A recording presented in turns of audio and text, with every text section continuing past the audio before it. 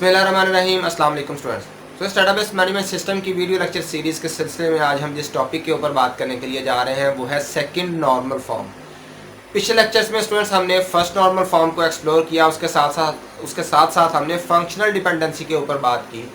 तो अगर हम थोड़ा सा रीकैप ले लें, थोड़ा सा रिवाइज़ कर लें पिछले लेक्चर्स को, तो वो इस तरह से था कि फर्स्ट नॉर्मल फॉर्म में हम किसी भी टेबल को लेके आए, एक रॉ डाटा वाला टेबल है हमारे पास, हम उसे फर्स्ट नॉर्मल फॉर्म में अगर लाना चाहते हैं तो हम क्या करेंगे, हम दो काम करेंगे वहाँ पे। एक तो हम उसके अंदर से रिपीटिंग ग्रुप्स जो है उन्हें रिमूव कर देंगे, यानी कि हर एक इंडिविजुअल रो के अंदर कोई सिंगल रिकॉर्ड होगा, सिंगल वैल्यू होगी, मल्टीपल वैल्यूज़ नहीं हो सकती।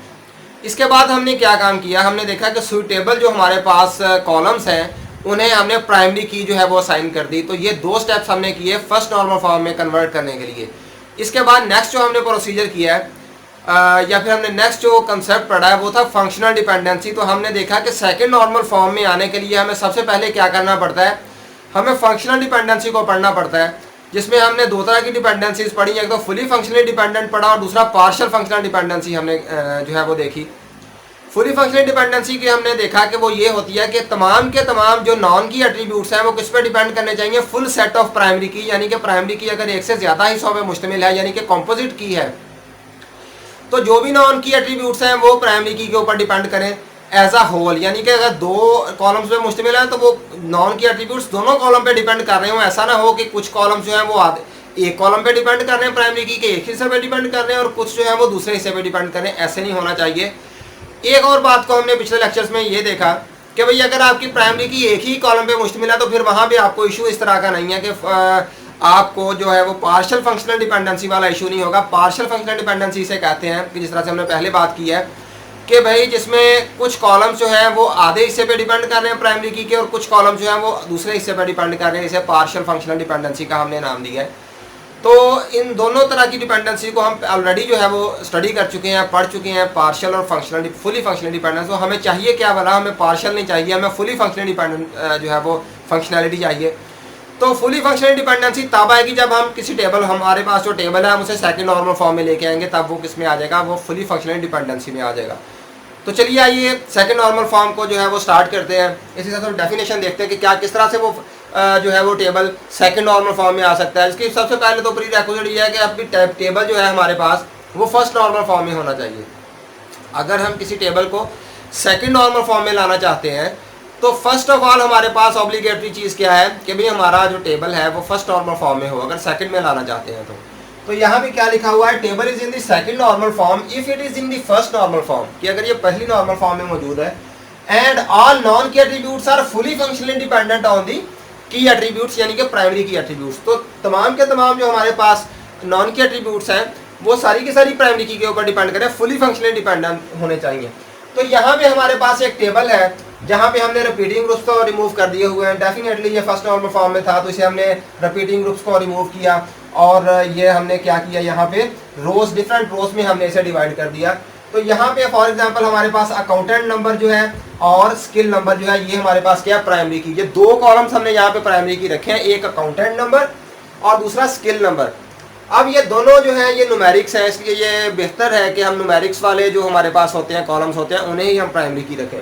तो यहाँ पे अकाउंटेंट नंबर वाले कुछ रिकॉर्ड्स हैं, इसके बाद स्किल नंबर है, उसके बाद हमारे पास नॉन की एट्रीब्यूट्स हैं। कौन कौन से हमारे पास, स्किल कैटेगरी है, प्रोफिशिएंसी, या प्रोफिशिएंसी डेफिनेटली स्किल की होगी कि फॉर एग्जांपल ये वाली स्किल है, इस पर कितनी महारत है उसकी। इसके बाद अकाउंटेंट नेम है, इसके बाद अकाउंटेंट की एज है, उसके बाद ग्रुप नंबर है, ग्रुप सिटी है और ग्रुप का सुपरवाइजर है जो कि एक इंडिविजुअल होगा, कोई भी ग्रुप का सुपरवाइजर हो सकता है। तो यहाँ पे अगर हम इस टेबल को मद्देनजर रखें तो हम ये देखते हैं कि भाई हमारे पास यहाँ पे दो कॉलम्स पे मुश्तमिल है हमारी प्राइमरी की, अकाउंटेंट नंबर और स्किल नंबर। इन दोनों में से हम एक को क्यों नहीं रख सके, ये बात हम बार बार जो है वो डिस्कस करते हैं। पिछले लेक्चर्स में भी हमने डिस्कस किया कि भाई किसी अगर एक सिंगल कॉलम पे मुश्तमिल हो आपकी प्राइमरी की, फिर आपके लिए जो है प्रॉब्लम्स कम आएंगी। लेकिन यहाँ पे सिचुएशन ऐसी है कि अकाउंटेंट नंबर जो है देखें यहाँ पे 35 3 दफ़ा आ रहा है, 77 2 टाइम आ रहा है। इसी तरह से अगर स्किल नंबर की बात करें तो 113 हमारे पास 2 टाइम आ रहा है, या 179 जो हमारे पास 2 टाइम आ रहा है, या 3 टाइम आ रहा है, ये देखें। तो इस तरह से हमारे पास रेपिटेशन हो रही है डिफरेंट कॉलम्स के अंदर, और कोई भी कॉलम ऐसा नहीं है या कोई भी जो हमारे पास एट्रीब्यूट या कोई भी फील्ड ऐसी नहीं है जो हमें सिंगल हैंडेडली जो है वो प्राइमरी की जो है वो प्रोवाइड कर दे। तो यहाँ पे हमने दो कॉलम्स को मिला के तो प्राइमरी की जो है वो लिया, अकाउंटेंट नंबर को और स्किल नंबर को। अब हम बात करते हैं फंक्शनल डिपेंडेंसी क्या है, फुली फंक्शनल डिपेंडेंट है या पार्शियल फंक्शनल डिपेंडेंसी है, इस चीज़ पे हम बात करने के लिए जा रहे हैं। अब आप इसी तरह गौर से सुनिएगा कि क्या ये टेबल पार्शियल फंक्शनल डिपेंडेंसी पे मुश्तमिल है या फिर फुली फंक्शनल डिपेंडेंसी पे मुश्तमिल है। तो सबसे पहले हम देखते हैं कि स्किल नंबर जो है और अकाउंटेंट नंबर जो है ये दो प्राइमरी कीज है हमारे पास। अब नेक्स्ट हमारे पास क्या प्रोसीजर है कि हम देखते हैं कि स्किल कैटेगरी जो है, जो नेक्स्ट कॉलम है हमारे पास, ये किस पे डिपेंड कर रहा है। स्किल कैटेगरी जो है स्टूडेंट्स ये स्किल नंबर पे डिपेंड कर रहा है, ये अकाउंटेंट नंबर पे डिपेंड नहीं कर रहा। एक चीज़ जो बड़ी इंपॉर्टेंट है मैं आपको यहाँ पे ये बताना चाहता हूँ कि आपने जब प्राइमरी की बनाना है किसी भी कॉलम को तो किन चीज़ों को मद्देनजर रखना है। एक तो सबसे पहली बात, ये बात रिपीट कर रहा हूँ, फिर एक दफ़ा बता देता हूँ कि भाई कोशिश करनी है कि न्यूमेरिक्स पे मुश्तमिल हो। अगर न्यूमेरिक नहीं है तो एटलीस्ट अल्फ़ा न्यूमेरिक हो, यानी कि साथ में अगर अल्फ़ाबेट है तो साथ में न्यूमेरिक वैल्यू भी हो। उसके अलावा अगली चीज़ क्या देखने वाली है, अगली चीज़ देखने वाली ये है कि भाई आपके पास सबसे पहले आप देखें कि टेबल में किस किस्म का डाटा है हमारे पास। जिस किस्म का डाटा है, जो डोमेन्स का डाटा है ना आपके पास, उस डोमेन के रेलिवेंट जो है वो आप उसे प्राइमरी की में ज़रूर इंक्लूड करें किसी कॉलम को। फॉर एग्जांपल यहाँ पे दो चीज़ें हमें वाज़ेह नज़र आ रही हैं, एक तो स्किल कैटेगरी है, इसके बाद अकाउंटेंट की डिटेल आ रही है और स्किल की डिटेल आमतौर पे यहाँ पे जो यहाँ पे आ रही है वो स्किल के रेलिवेंट डिटेल है और अकाउंटेंट के रेलिवेंट डिटेल है। इसलिए हमने इन दोनों को ही चूज़ कर लिया एज अ प्राइमरी की, अकाउंटेंट नंबर को और स्किल नंबर को। तो यहाँ पे और भी है, जिस तरह से ग्रुप नंबर, ग्रुप सिटी या ग्रुप सुपरवाइजर है, तो यहाँ पे अभी हम इसे डिस्कस नहीं करते इन चीज़ों को, ये क्योंकि ये सारे के सारे नॉन की एट्रीब्यूट्स हैं। हाँ, अगर हम यहाँ पे ग्रुप नंबर को रख लेते प्राइमरी की तो फिर हमें यहाँ पे इसे भी सेपरेट करना पड़ता है, इन चीज़ों को भी देखना पड़ता है कि भाई ये किस पे डिपेंड कर रही हैं। लेकिन अब क्योंकि ये नॉन की एट्रीब्यूट हैं ये सारे के सारे, अब हम इसे इनके साथ ही कंपैरिजन करके देखेंगे तमाम के तमाम कॉलम्स को। तो अकाउंटेंट की जो डिटेल है वो डेफिनेटली अकाउंटेंट नेम हो गया, अकाउंटेंट की एज हो गई, इसके अलावा ग्रुप नंबर, ग्रुप सिटी या ग्रुप सुपरवाइजर हो गया। ये तमाम की तमाम जो डिटेल है किस पे डिपेंड कर रही है, ये अकाउंटेंट के रिलेटेड डिटेल है और अकाउंटेंट नंबर पे डिपेंड कर रही है। क्या ये वाली डिटेल अकाउंटेंट का नेम जो है ये स्किल नंबर पे डिपेंड कर रहा है? डेफिनेटली नहीं कर रहा, क्योंकि स्किल का इसके साथ, अकाउंटेंट के नाम का स्किल के साथ कोई जो है वो डिपेंडेंसी नहीं है। यहाँ पे अकाउंटेंट की एज का कोई भी रिलेशन नहीं बन रहा, कोई भी उसका डिपेंडेंसी स्किल के साथ नहीं बन रही। इस तरह से कुछ ऐसे कॉलम है, जिस तरह से हमारे पास स्किल कैटेगरी है, ये अकाउंटेंट नंबर पे डिपेंड नहीं कर रही। प्रोफिशिएंसी अकाउंटेंट नंबर पे डिपेंड नहीं कर रही, किस पे डिपेंड कर रही? स्किल पे डिपेंड कर रही है। इस तरह से हमने देखना है कि तमाम के तमाम कॉलम्स को देखना है कि कौन सा कॉलम प्राइमरी की के किस हिस्से पे डिपेंड कर रहा है। अगर तो ये सारे के सारे कॉलम्स इन दोनों पे इकट्ठे डिपेंड कर रहे होते फिर हमारा ये टेबल किस में था? फिर सेकंड नॉर्मल फॉर्म में था, क्योंकि फर्स्ट नॉर्मल फॉर्म में तो ये ऑलरेडी है। अब हम लेके जा रहे हैं इसे सेकंड नॉर्मल फॉर्म में। हम ये देख सकते हैं यहाँ पे कि हमारा ये टेबल अब सेकंड नॉर्मल फॉर्म में नहीं है। क्यों नहीं है, उसकी क्या रीज़न है? क्योंकि यहाँ पे पार्शियल फंक्शनल डिपेंडेंसी है, यानी कि कुछ कॉलम्स जो हैं वो प्राइमरी की के आधे हिस्से पर डिपेंड कर रहे हैं, कुछ जो है वो आधे दूसरे हिस्से पर डिपेंड कर रहे हैं। इसलिए हम इसे सेकंड नॉर्मल फॉर्म में नहीं कह सकते। अब हम इसे कन्वर्ट करेंगे फर्स्ट नॉर्मल फॉर्म से किसमें? सेकंड नॉर्मल फॉर्म में। अब फर्स्ट से सेकंड में कन्वर्ट करने का क्या तरीका होता है, ये अब बड़ी एक इंपॉर्टेंट चीज़ है। यहाँ पे हम ये देखते हैं कि भाई अगर हमने, ठीक है, हमने देख लिया कि भाई ये फुली फंक्शनल डिपेंडेंट नहीं है, ठीक है, पार्शियल फंक्शनल डिपेंडेंसी है। लेकिन अब क्या किया जाए कि भाई इसे फर्स्ट नॉर्मल फॉर्म से हम सेकंड नॉर्मल फॉर्म में ले जाएं। अब हमने इसे स्प्लिट करना है इस सारे के सारे टेबल को और इसे डिवाइड कर देना है। इस टेबल को एक टेबल नहीं रखना, अब हमने इसके ज़्यादा टेबल्स बना देने हैं ताकि इनकी फंक्शनल डिपेंडेंसी के हिसाब से वो टेबल बने। अब क्या रूल, क्या रेगुलेशन है, किन कॉलम को किसके साथ रखना है, किसको किसके साथ रखना है, यह भी एक बहुत बड़ा इशू है।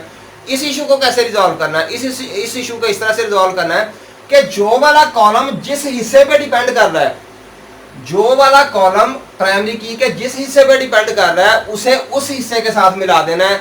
जो दूसरे पे डिपेंड कर रहा है उसका एक सेपरेट टेबल बना देना है। अब यहाँ पे आप देखेंगे ये टेबल में हमारे पास वैल्यूज रिपीट हो रही हैं। किस तरह से रिपीट हो रही हैं? यहाँ पे अली अली अली 3 दफ़ा आ रहा है।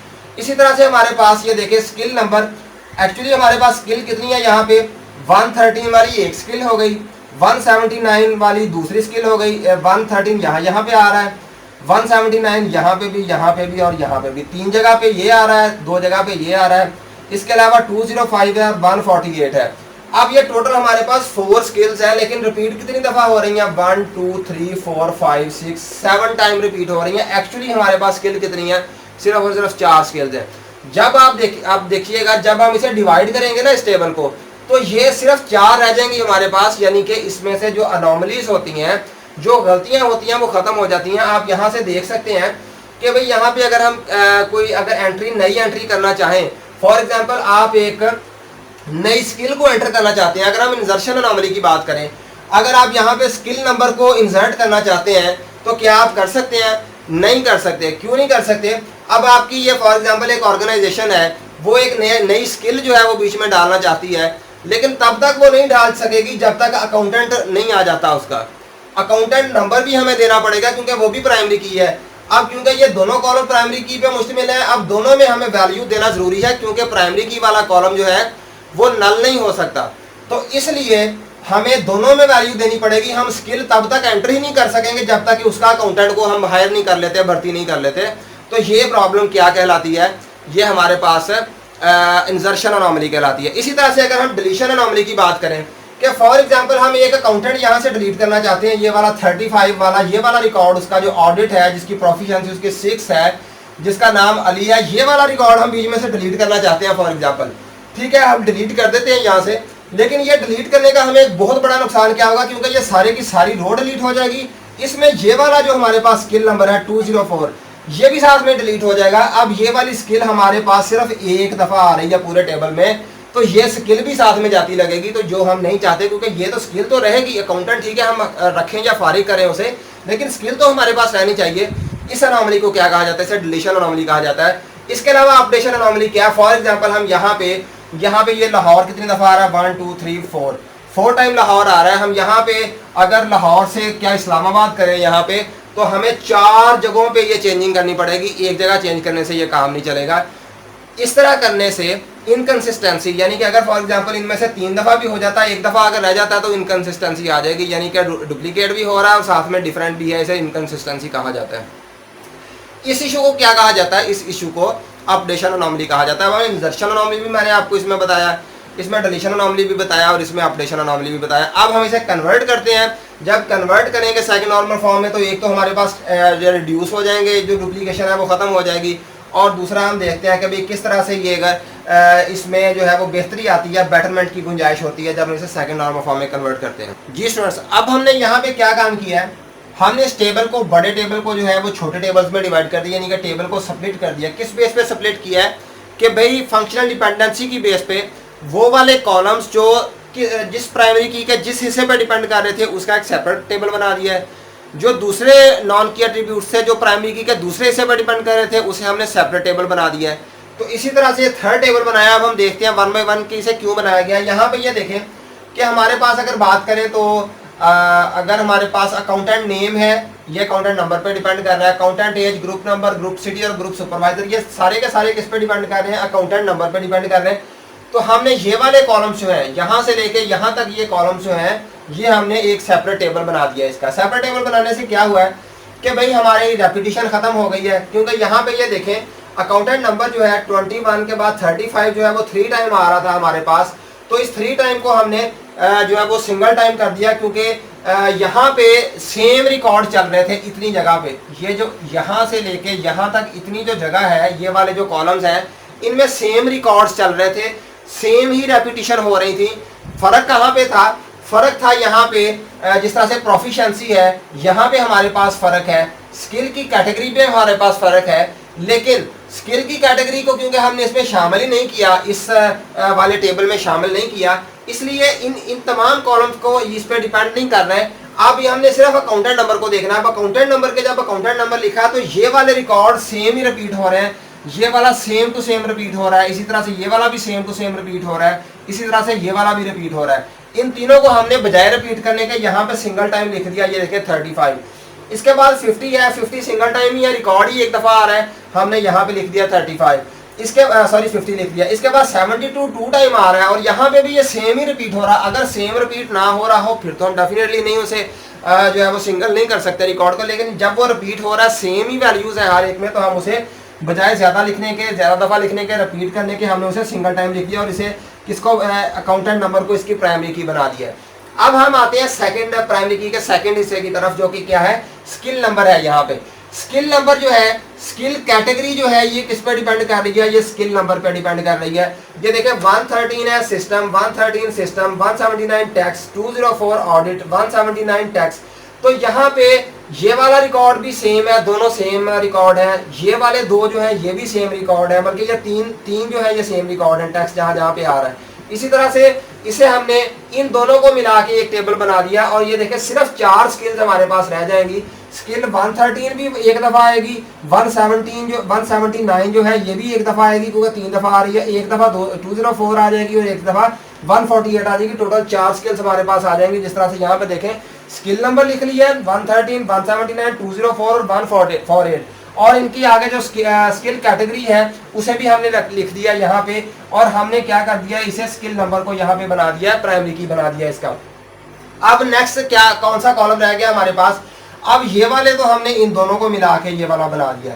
अब ये वाला हमारे पास एक सिंगल कॉलम रह गया है। अब इस सिंगल कॉलम में रिपीट नहीं हो रही वैल्यूज, बल्कि हर जगह पे डिफरेंट है।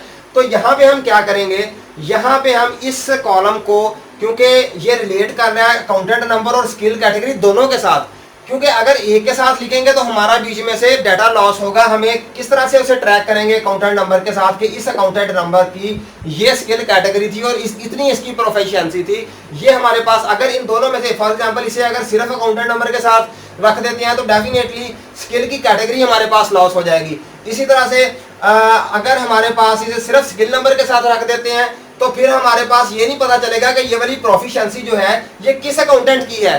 तो हमें इन दोनों को लेना पड़ेगा, अकाउंटेंट नंबर को भी लेना पड़ेगा और स्किल नंबर को भी लेना पड़ेगा और साथ में हम प्रोफिशिएंसी लिख देंगे। जिस तरह से यहाँ पे हमने किया कि अकाउंटेंट नंबर भी ले लिया और स्किल नंबर भी ले लिया और साथ में प्रोफिशिएंसी, क्योंकि प्रोफिशिएंसी किसकी है, ये स्किल नंबर के साथ भी रिलेट है और अकाउंटेंट नंबर के साथ भी रिलेट है कि ये वाला अकाउंटेंट है जिसका स्किल नंबर ये है। फॉर एग्जांपल एक अकाउंटेंट है, उसके ज्यादा स्किल्स हो सकती हैं।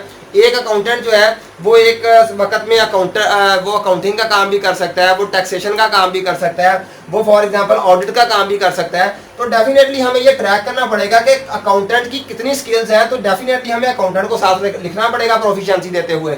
इसी तरह से स्किल की जो नंबर है वो भी लेना पड़ेगा, क्योंकि स्किल की कैटेगरी भी पता हो ना कि भाई कौन सी कैटेगरी है, किस स्किल की बात हो रही है। सिर्फ अकाउंटेंट नंबर के साथ अगर प्रोफिशिएंसी को लिख लेंगे तो हमें ये कहां से पता चलेगा कि भाई ये प्रोफिशिएंसी किस स्किल की है। तो हमें अकाउंटेंट नंबर भी लिखना पड़ेगा, स्किल नंबर भी लिखना पड़ेगा और फिर साथ में हम प्रोफिशिएंसी लिखेंगे। जिस तरह से मैंने यहाँ पे टेबल में किया है, अकाउंटेंट नंबर भी लिया, स्किल नंबर भी लिया और फिर साथ में प्रोफिशिएंसी जो है वो लिख दिया, क्योंकि प्रोफिशिएंसी जो है वो हर स्किल की सेपरेट है। तो इस तरह से स्टूडेंट्स मैंने एक टेबल को एक से ज्यादा टेबल्स में जो है वो डिवाइड कर दिया, स्प्लिट कर दिया। अब यहाँ पे हम देख सकते हैं कि अभी इसमें अनोमलीज जो है वो खत्म हो गई हैं। ये वाला इंडिविजुअली एक बन गया, हमारे पास टेबल बन गया। इसी तरह से ये वाला इंडिविजुअली एक टेबल बन गया और इसी तरह से ये वाला इंडिविजुअली एक टेबल बन गया। अगर हम यहाँ पे नया अकाउंटेंट ऐड करना चाहें तो डेफिनेटली कर सकते हैं। नया अकाउंटेंट अभी उसे स्किल नहीं है, अभी हमने उसे असाइन की और उससे नहीं पूछा अभी कि तुम्हारी स्किल क्या है, तो डेफिनेटली हम एक अकाउंटेंट जो है वो यहाँ पे हायर कर सकते हैं। इसी तरह से अगर फॉर एग्जांपल एक नई स्किल हम अपनी फैक्ट्री में, हम अपने ऑर्गेनाइजेशन में लाना चाहते हैं तो वो नई स्किल हम यहाँ पे एंटर कर सकते हैं। बेशक हमने अकाउंटेंट हायर किया या नहीं किया, क्योंकि अकाउंटेंट तो एक अलग से टेबल है, हम यहाँ पे एक नई स्किल यहाँ पे ऐड कर सकते हैं। इसी तरह से जब हम ये दोनों ऐड कर लेंगे, हम अकाउंटेंट भी ऐड कर लेंगे, उसकी स्किल भी ऐड कर लेंगे तो डेफिनेटली तभी प्रोफिशिएंसी का इशू आएगा। फिर ही हमें पता चलेगा कि भाई फलां स्किल है, इसका फलां वाला बंदा हमने हायर किया, इसकी कितनी प्रोफिशिएंसी है स्किल के अंदर, फिर ही ये कॉन्सेप्ट आएगा। इसलिए इन दोनों के साथ जो प्राइमरी की मिला के हमने अकाउंटेंट नंबर को और स्किल नंबर को लिखा है। तो जब प्रोफिशिएंसी की बात आएगी तब तक हमारे पास ये दोनों कॉलम्स जो है ये फिल हो चुके होंगे, अकाउंटेंट भी आ चुका होगा, स्किल भी आ चुकी होगी। फिर हम इस टेबल को जो है वो यहाँ पे फिल अप करेंगे। तो फ्रेंड्स उम्मीद करता हूँ आपने सेकंड नॉर्मल फॉर्म को अच्छी तरह से अंडरस्टैंड कर लिया होगा, समझ लिया होगा। इंशाल्लाह ताला नेक्स्ट लेक्चर में नए कॉन्सेप्ट के साथ हाजिर होंगे। तब तक के लिए अल्लाह हाफिज़।